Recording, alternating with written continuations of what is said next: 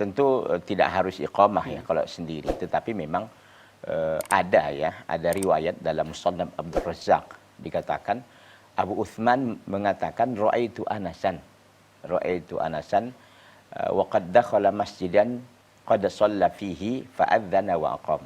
Kata Abu Uthman, aku melihat Anas bin Malik ya radhiyallahu taala anhu bahwa beliau itu masuk masjid, ke dalam sebuah masjid, sedangkan solat jamaah telah ditunaikan di dalamnya. Artinya dia datang terlambat, qadarullah itu jamaah sudah selesai. Lalu apa yang dia lakukan? Fa'adzana wa aqam. Lalu dia adzan dan dia beriqamah.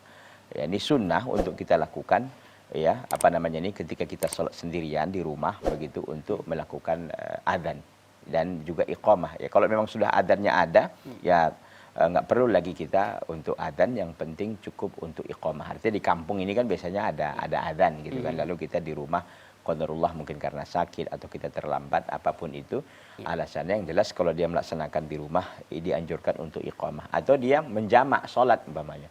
Jadi ada salat yang jamaknya karena mungkin sakit atau dalam keadaan safar, itu kan diberikan rukhsah, keringanan untuk dia menjamak.